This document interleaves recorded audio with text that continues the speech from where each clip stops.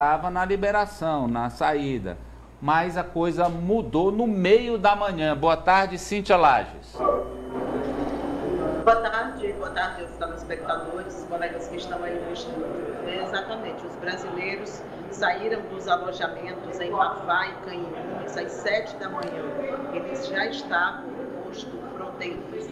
Essa informação foi divulgada de manhã cedo pelo Itamaraty em sua conta oficial na rede social Twitter.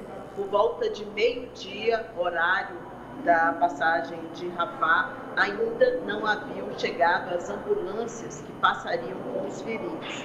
E eu explico, para que qualquer pessoa que conste nas autorizações para passar por aquela região de fronteira, que é a única, para quem está deixando Gaza em direção ao Egito, possa passar, mesmo o pessoal da lista, primeiro passam ambulâncias transportando os feridos do norte de Gaza, onde há muitos bombardeios. Essas imagens aí foram divulgadas hoje pela manhã pelo Alto Comissariado da ONU, exatamente na região histórica da passagem de Rafah. Esse, inclusive, é o Alto Comissariado da ONU, que, aliás, foi impedido de ficar aí nessa área pelo governo de Israel. Ele também está fazendo essa denúncia no vídeo.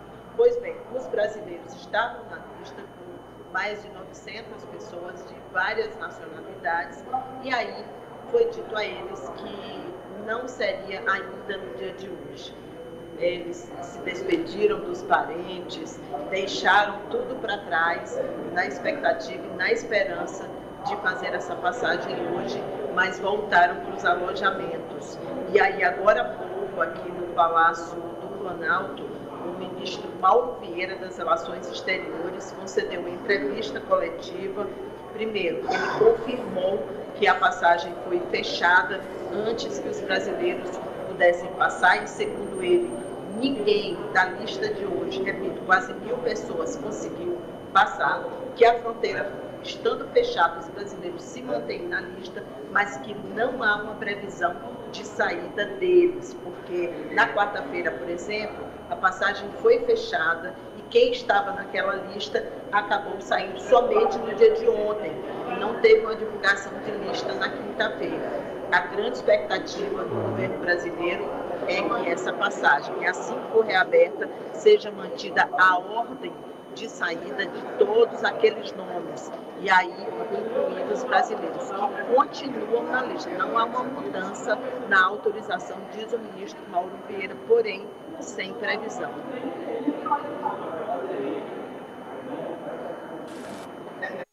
Em Gaza não me permite dizer se será hoje ou amanhã ou quando, é uma região conflagrada e são inúmeras as questões que dificultam a abertura, mas o governo brasileiro tem mantido, e eu pessoalmente, os encontros com as autoridades constituídas.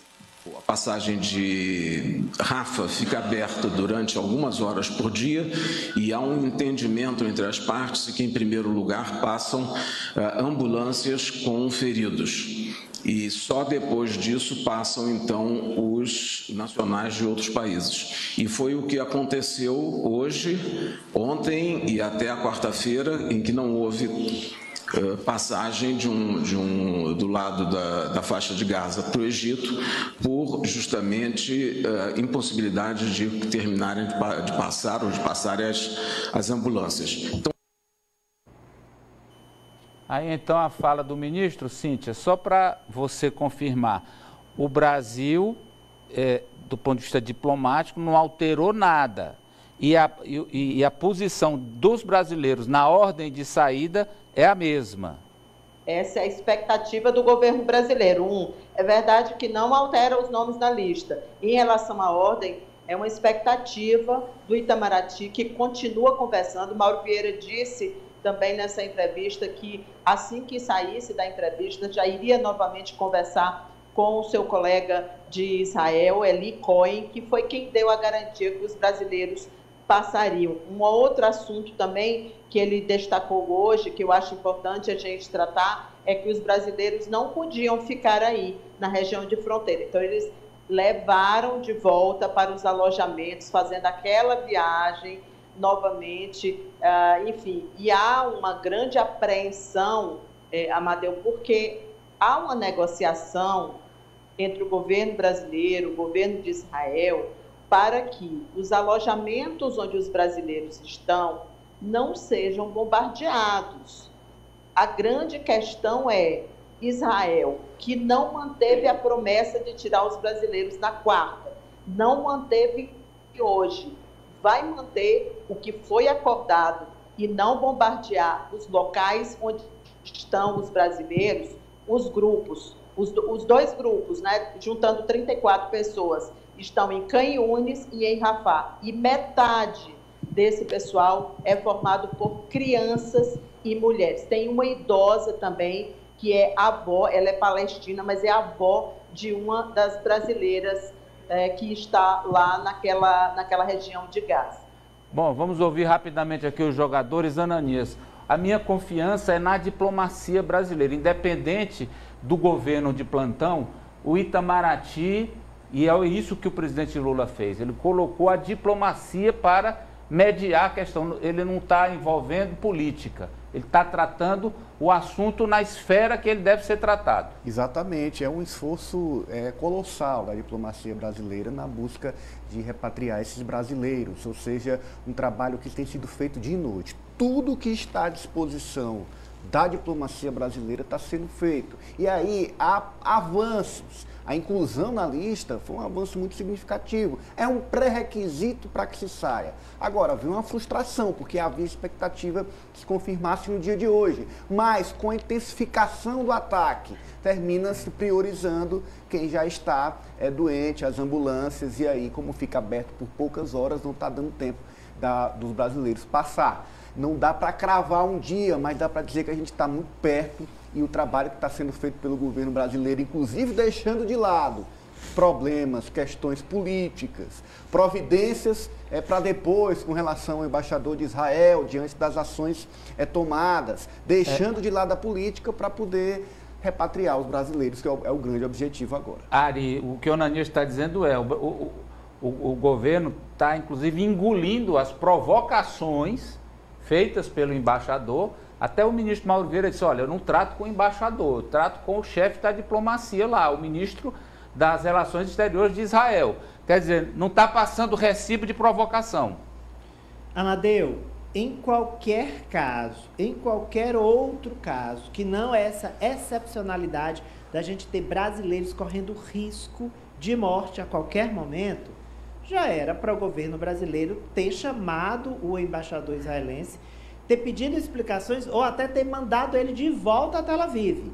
Agora, o presidente Lula atua como um líder, como um estadista, que é, primeiro, a integridade física dos nossos brasileiros. Primeiro, salvar a vida e trazê-los em garantia ao nosso território. Depois, a gente vê como atua. Agora, que uma resposta precisa ser dada a posteriori, depois disso resolvido, com certeza precisa, porque o Brasil foi e está sendo desrespeitado. Pois não, Apoliana? Amadeu, mas chama atenção também essa campanha nas redes sociais que a gente está vendo de alguns políticos ligados ao ex-presidente Jair Bolsonaro, numa campanha para tentar atribuir a ele qualquer papel nessa negociação com Israel para a liberação dos brasileiros que seguem em Gaza. A tentativa de uso político de uma coisa que realmente não tem fundamento, né? Até o próprio ex-ministro e senador Ciro Nogueira se posicionou nesse tom, outros políticos bolsonaristas também fizeram o mesmo tipo de postagem, tentando tirar proveito político de uma situação daquela reunião em que Bolsonaro foi convidado, não foi convidado, como é que estava lá. Então, realmente é lastimável que ainda se faça esse tipo de jogada para ter ganhos políticos. Não é hora disso, pois não, França? Seguindo o que já era prospectado desde que a reunião do embaixador de Israel com parlamentares de extrema-direita e também com o ex-presidente Jair Bolsonaro foi realizada.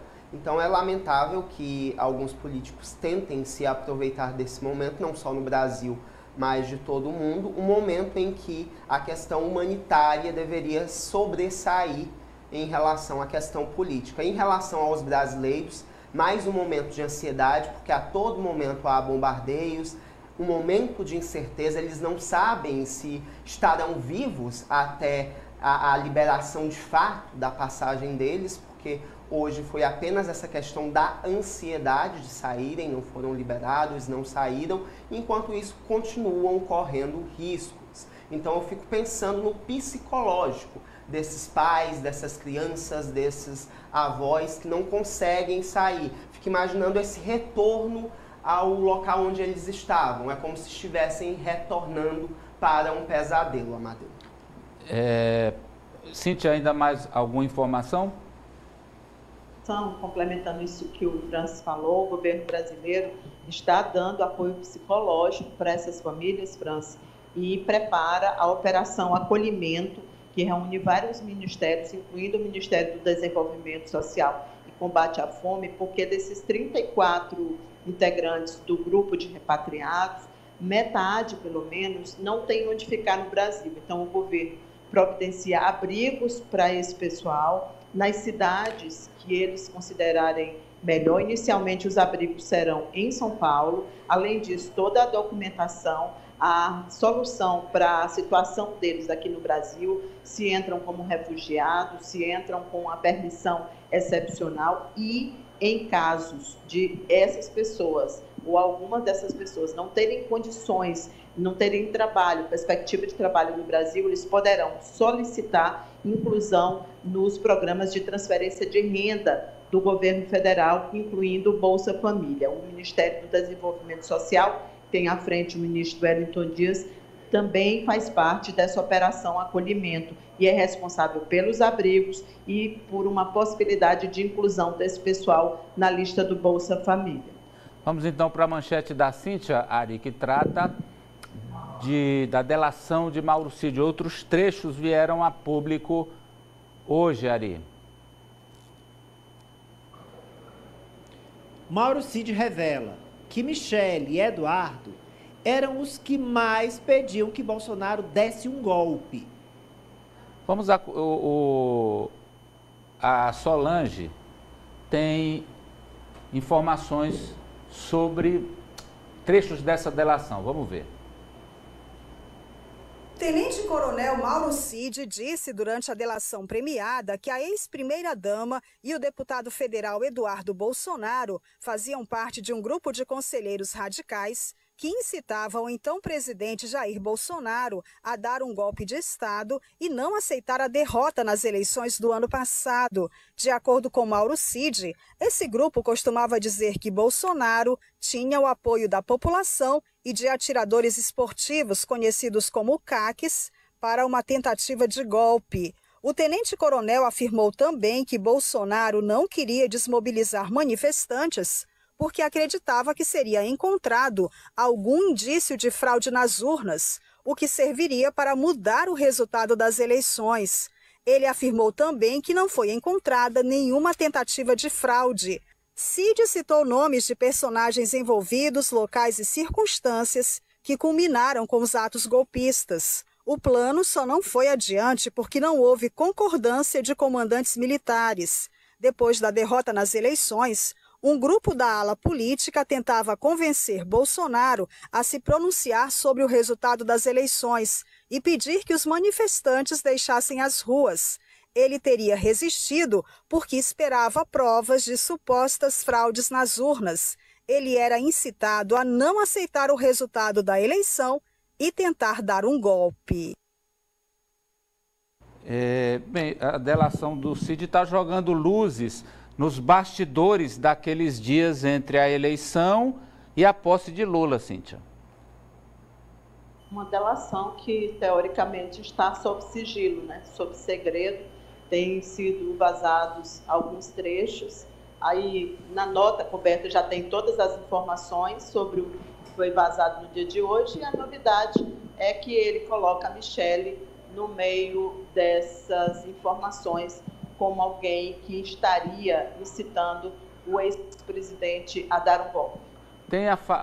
O Eduardo Bolsonaro se manifestou no X, o antigo Twitter. Vamos ver aí? Olha aí, Ari. Procurador afirma que acusações contra Bolsonaro são fracas e não tem provas. E aí ele colocou uma reportagem da CNN em que o Cid fala, né, o ex-ajudante de Bolsonaro sobre as acusações em relação ao ex-presidente. Eu queria ver assim, ele se baseia... o que é que ele bota lá embaixo. Não isso aí, eu queria ver a fala dele. Pronto, ele se baseia... Tem, não, Nájila? É porque botar embaixo aí o que ele diz. Isso, ele baseia essa postagem dele na reportagem. Ele diz o seguinte: mais uma cortina de fumaça para encobrir o recorde de queimadas na Amazônia.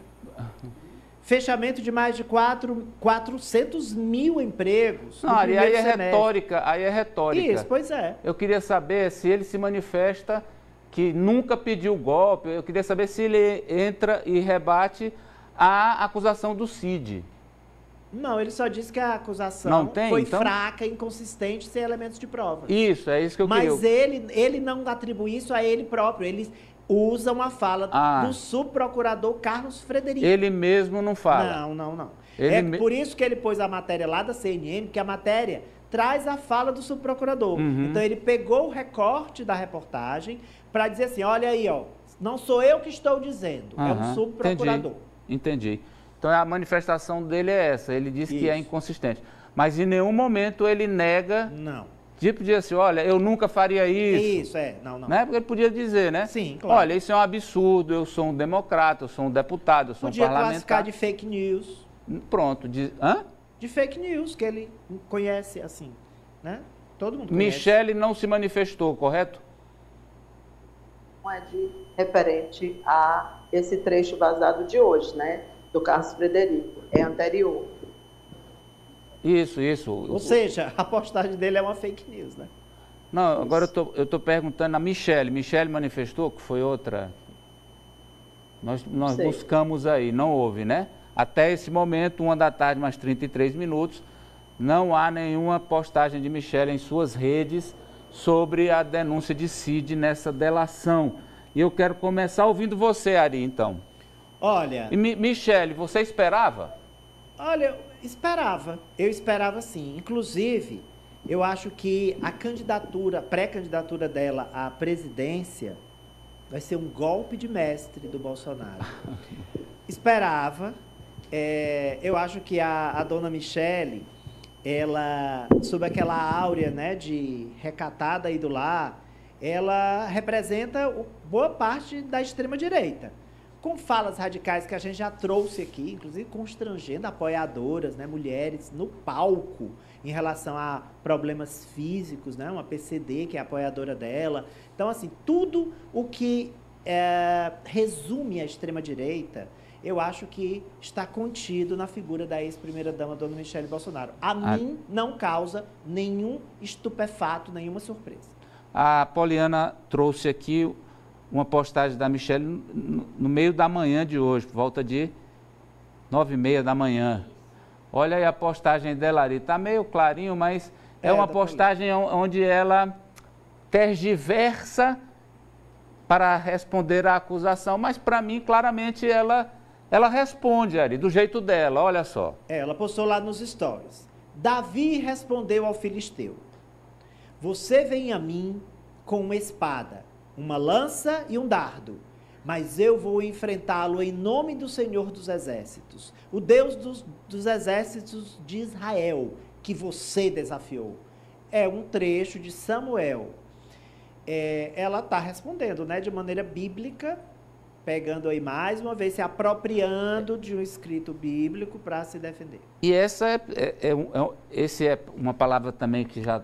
É uma palavra do latim que está no dia a dia. É o modus operandi desse grupo.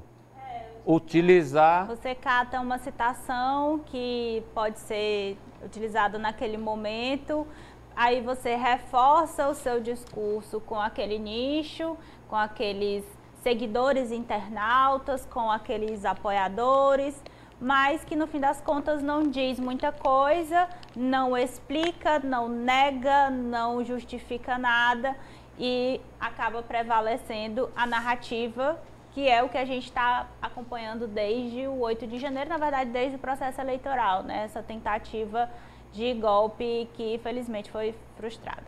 Pois não, Ananias? Ponto é incitação a golpe de Estado.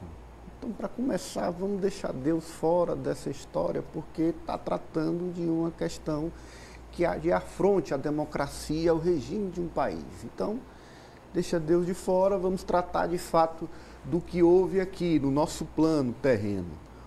Outro ponto, Mauro Cid, a gente sabe que sabia muito. Ele andava com Dona Michele, andava com o ex-presidente Bolsonaro, pagava as contas da família, mexia no celular, ou seja, é uma pessoa que sabe muito. E essa delação tem revelado alguns fatos. Agora, além de revelar esses fatos, ele vai ter que apresentar também esses elementos de prova do que está apontando, senão vai fragilizar a colocação dele diante do discurso de reação do ex-presidente Bolsonaro, da sua família.